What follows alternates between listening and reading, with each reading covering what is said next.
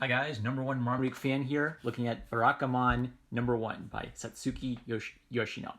I've been reading this along with Bakuman, and one of the reasons I'm reading so many manga, I'm trying to read all the manga in my library system, is I'm trying to find the things that are just weeby manga, the things that I hate, the things that are good, enjoyable, fun manga, but all they are is just like some dumb fun. And I'm trying to find the things that maybe kind of like transcend being manga that actually maybe have something to say on a universal level. And where I'd say for artists especially, creative people who love the art of comics or drawing at all, is Bakuman and Barakamon together are two series which give you maybe like two key perspectives on the purpose of art and the value of art, where Bakuman is all about two young men trying to become manga artists, and you get all this interesting insight into the manga industry, the art of creating good manga, and you see the sort of energy and competitiveness of manga. But what Barakamon is this is a different perspective on art. This is a perspective on the value of your art to yourself. And it's a comedy, right? So it's like a kind of really intense, really talented young calligrapher who's going through a hard part in his life where he doesn't know what his art is for anymore. He's thinking about quitting the art of calligraphy. He goes to like a little podunk town on an island near Japan where they all speak in the sort of go-to dialect. And this little kid, Naru, is she teaches him something about life that he needs to apply to his art. So what's beautiful about this is there's layers of meaning. There's the comedy, there's the fun little kid stuff, there's the perspective on art, which is really fascinating, and then there's the application of that to life. So if his calligraphy is a metaphor for all of the arts, the value of creativity, period, then all of that is a metaphor for any difficulty in your life. So this is something I'd say is universal. This is something you don't have to be a weeb to get, although it is really soaked in like Japanese culture to sort of make this broader point. Like Barakamon means energetic person. A little energetic kid is Barakakodan. So, and then there's a point to that. Like, yeah, like an energetic kid, they're young, they're full of energy, but also there's this idea that energy is what's key to the success of an artist and to finding joy in your art and finding joy in your life. And I'm just really impressed by this. So I didn't read volume 1 before because my library didn't have it, and I use the interlibrary loan system. You should go to your library, kids. So the metaphor about art starts at a exhibition, and this old gallery director says, "Your calligraphy is highly conformist. Whether I describe it as textbook style or simply contrived to win calligraphy awards, either way, it's just plain dull. I've acquired a discerning eye from all my years managing an exhibition hall. Did you even attempt to scale the wall of mediocrity?" Oh, so what this gallery director represents is a high critical perspective on art. He wants to see art which pushes the norms, and he has no ability to sort of couch his criticism in pleasant niceties. He unleashes a brutal critique, and because Honda is immature and he is completely absorbed in his calligraphy, this is an attack on his soul, and so he loses his temper and he punches the guy. So externally he has sort of like this calm, very traditional Japanese demeanor, very dignified, but because he's immature and he hasn't figured out who he is yet, that's a surface. He still resorts to that when he doesn't get his way, and even his friend like teases him for this. Did I miss something? No, I didn't. All right. So he keeps looking back on this, and this is something I missed. I thought he was like the handwriting instructor in this little town because the kids kept calling him sensei. His dad just literally sends him away to like cool his jets for a while in the country, and the kids just come and tease him, and they nickname him sensei because they recognize he's really good at calligraphy. So he actually doesn't have any teacher-student relationship with these kids, and as he's sort of thinking through his problems, all the kids, but Naru especially, start challenging him. They don't respect his privacy. They always want to come over to his place and play because they just sort of see his house as their play fort, and they change his perspective. So one of the things that Satsuki does that I love is the little kids do, things that it's a slice of life manga, therefore it has to draw from life. Kids do things like stack corn on their fingers. I used to do that. Kids do things, especially in like rural areas, they have to find unusual ways to entertain themselves. It's like Dennis the Menace, where they'll say something because they don't really understand it, and it's cute and funny because they don't really get the social conventions that adults get.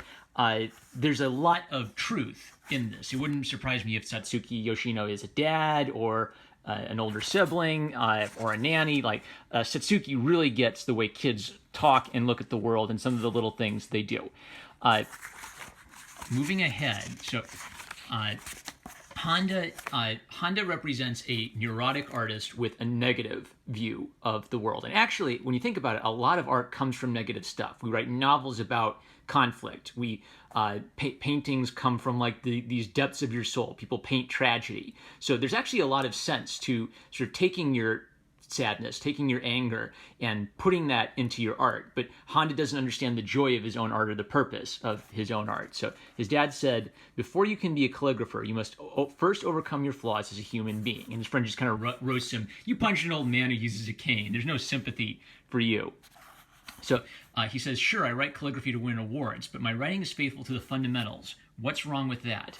The fundamentals definitely make the most beautiful writing. I'm not wrong about that. So Honda is an artist with a particular perspective on art. He is truthful to the fundamentals. He believes in the fundamentals, and he believes this creates a beautiful thing. So this is really every artist's dilemma. Do you just stick to the fundamentals, which allow you to make beautiful art, or do you experiment with the fundamentals and go in your own direction? Where if you abandon the fundamentals, you might make individualistic art, but will anyone care about it? Will it just be ugly, splats of paint on the wall? So this is a classic artist dilemma, and it's one that Honda is having to work through now. And the beauty of it is that Naru's perspective becomes the perspective that he needs to have to find joy in his art again, because as a child, she finds joy in everything. And over again, like maybe about once or twice a book, there's a really beautiful metaphor in normal life, which is then applied to the arts. So she has some fun with him. They go, do some silly stuff and just explore around and look at the sea. And it's seeing the sea from Naru's perspective. It's like he finally has some fun, and so he's able to overcome something that was hampering him mentally. So this is this big, beautiful silent page of getting all his tools ready. He slashes it, gets ink all over his hands, puts his handprints on it. He kicks it. Like I had a weird point in my art career where I literally did martial arts painting, where I strapped a canvas to a punching bag, and then I dipped my hands and feet in paint, and I beat the crud out of it. And that was a really fun thing to do. And it came from me being really angry and frustrated with my art, and I felt great after that. So not only is Satsuki capturing the way kids behave, I also think he's able to get into the heads of young artists and the frustrations they have. And so he writes the character for the word fun, and he had fun while making it. So this is Honda now abandoning the fundamentals and doing something that brings him joy as an artist and represents his ability to express himself. Now, is he going to be able to marry that with his old calligraphy style? That's the journey he's going on. But the overarching point is that Naru is teaching him something. Oh, I thought this was interesting that there are just these weird little transitions. Like he'll be at the home, and then there'll be a little cartoon cat, and then they're at the school. And I think this is meant to signify change of scene, where this would be the equivalent of an end card or whatever it is between a commercial break. I hadn't seen that before. I thought it was a little weird and just wanted to call attention to it. There are a few more stories where, he interacts with the kids. The kids try to give him some perspective. And this is another little interaction where there's something about this that's really relevant to artists. So Hiroshi here is kind of a lazy gamer dude who's not that much younger than Honda. And Hiroshi has a cynical worldview, and because he's sort of envious and immature, he's illogical. And what's beautiful about this conversation is Naru looks at things logically, and so she sort of cuts through the logical error in Hiroshi's view. So Hiroshi thinks the world's divided into talented people where everything comes easy to them, and hardworking people who have to work their butts off just to get mediocre grades, and that's what he thinks he is. So he looks at Honda, he thinks he's a privileged rich kid, and he thinks, well, he was up working all night. That's because he's super talented. And if you're talented, then everything comes easy to you. But Naru sees the logical flaw in that. So she says, oh no, he doesn't, poor Honda sensei doesn't have any talent because he worked so hard. And that cuts through Hiroshi's nonsensical view of the world. He thinks that because Honda is a privileged kid, this means everything comes easy to him. He doesn't have to work hard. And then what he's confronted with when Naru goes around goofing around the house is Honda has an insane work ethic. He cannot stop working. And the reason he's talented is because he works hard. And this confronts Hiroshi, and he realizes, oh, I thought I was someone without talent who was working hard, but really I'm just lazy. I just half-ass everything. And the art then inspires Hiroshi to change his behavior because he's confronted with this. And Naru brings the point home because she doesn't even understand like all of these debates about art or talent and effort. She just likes Honda Sensei's style. She doesn't understand it, but she likes what she sees. And her perspective, there's a way in which her perspective has wisdom to it, even though she's naive. There's something about art that's deeply connected to the way a child looks at the world. They're both the Barakamon. They're both the energetic person, but their energies are devoted to different things, and they both have something to teach each other. Now, this is just another example of Honda being kind of neurotic. He motivates himself negatively by talking to himself negatively. It's just so vexing. Without calligraphy, I have nothing of value to offer. If I don't win, I'm worthless. And she says, Sensei, are you having fun right now? Because if you're not, let's go play. That's what matters to Naru. Is she's a kid, let's go play. Honda is burdened down by all of these, adult questions and adult responsibilities. But in order for him to meet his responsibilities, he has to what does he have to do? He has to stop looking at what he does through the lens of success being the only value of way of measuring its value. Winning the contest is not the measure of value of his art.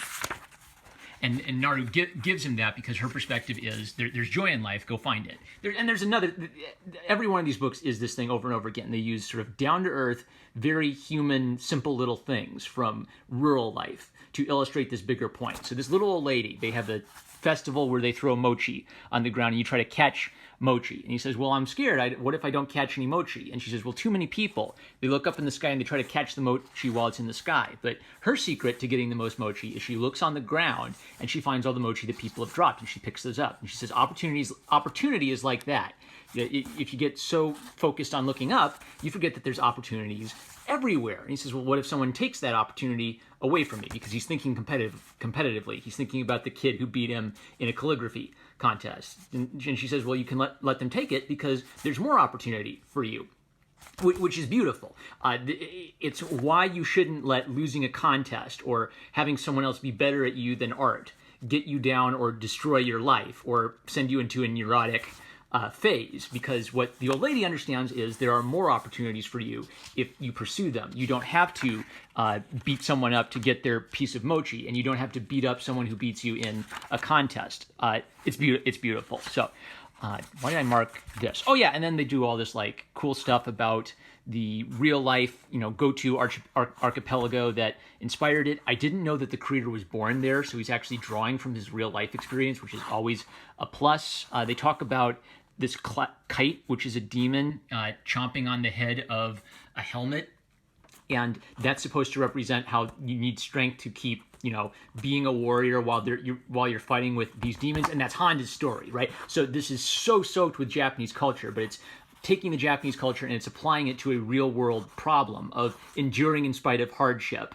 And then this becomes a perfect metaphor for Honda's problem. He has all this talent. He's probably screwed it up by losing his temper. He doesn't know what direction to go. But by enduring, he can overcome those immediate temporary problems. And I love this catchline. Because there's nothing, anything's fun. It's both a beautiful statement on like life and becoming an artist, and it's a beautiful perspective on what rural life is like, where people say, oh, it's so boring. There's nothing out there in those big old, country places. Yeah, that's the point. You go entertain yourself and you find things. You go on a journey of discovery. That's what the country offers you that the city can't really offer you in the same way. And they show all their reference photos and the cool little ceremonies and the little dog. Go-To is a nice place. Come and visit.